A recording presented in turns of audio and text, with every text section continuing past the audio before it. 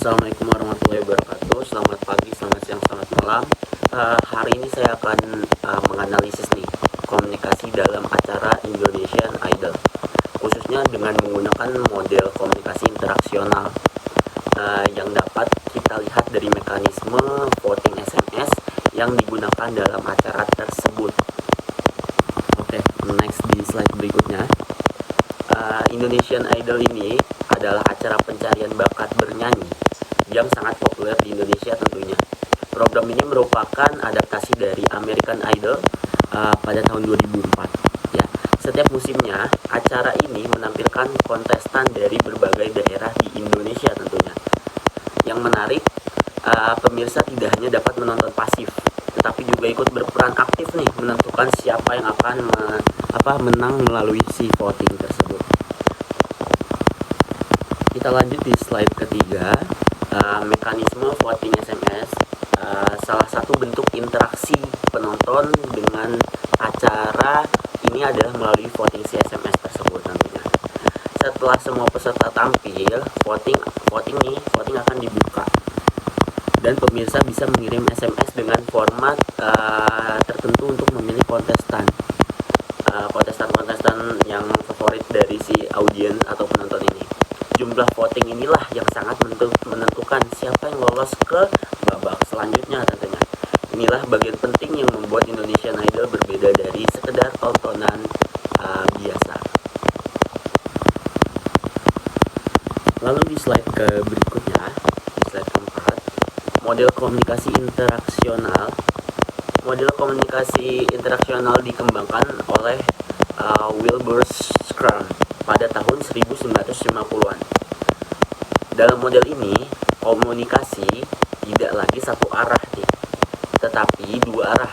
Artinya, pengirim dan penerima saling memberikan umpan balik atau feedback. Meskipun tidak secara langsung atau bersamaan nih, konsep lain dari model ini adalah adanya field of experience, yaitu latar belakang pengalaman yang mempengaruhi pemahaman pesan. Di slide 5, penerapan model interaksional di Indonesian Idol. Dalam konteks Indonesian Idol, stasiun TV ini berperan sebagai pengirim pesan, yaitu melalui tayangan si kompetisi si Indonesian Idol tersebut. Penonton menerima tayangan, lalu memberikan umpan balik melalui si voting SMS tadi. Umpan balik ini mempengaruhi nih hasil akhir dan juga tayangan berikutnya, karena prosesnya terjadi secara bergiliran. Ini merupakan contoh komunikasi interaksional, bukan transaksional. Di slide berikutnya, kita akan mengetahui kelebihan voting SMS sebagai interaksi. Voting SMS memberikan banyak kelebihan dalam si komunikasi media. Pertama, penonton menjadi lebih terlibat dan merasa punya peran atau andil di dalam si acara tersebut. Yang kedua, acara terasa lebih hidup karena adanya partisipasi langsung dari si audiens. Yang ketiga, tayangan bisa disesuaikan dengan preferensi mayoritas sehingga lebih relevan dan menarik. Lanjut kita di slide ke-7. Saya akan menyimpulkan nih dari slide berikutnya. Dari analisis ini, kita bisa melihat nih bahwa Indonesian Idol ini contoh yang baik dari penerapan model komunikasi interaksional. Melalui voting SMS yang tadi, terjadi umpan balik dari si audiens kepada si media tersebut, yang membuat komunikasi tidak lagi satu arah nih. Partisipasi ini memperkuat keterlibatan penonton dan meningkatkan kualitas interaksi. Model komunikasi interaksional masih sangat relevan di era digital seperti sekarang ini. Demikian presentasi dari saya. Terima kasih atas perhatian teman-teman dan dosen pengampu. Jika ada pertanyaan atau diskusi, saya dengan senang hati akan menjawab. Wassalamualaikum warahmatullahi wabarakatuh.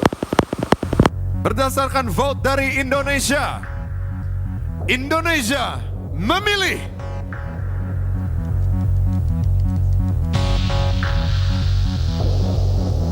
yang harus masuk ke bottom 3 adalah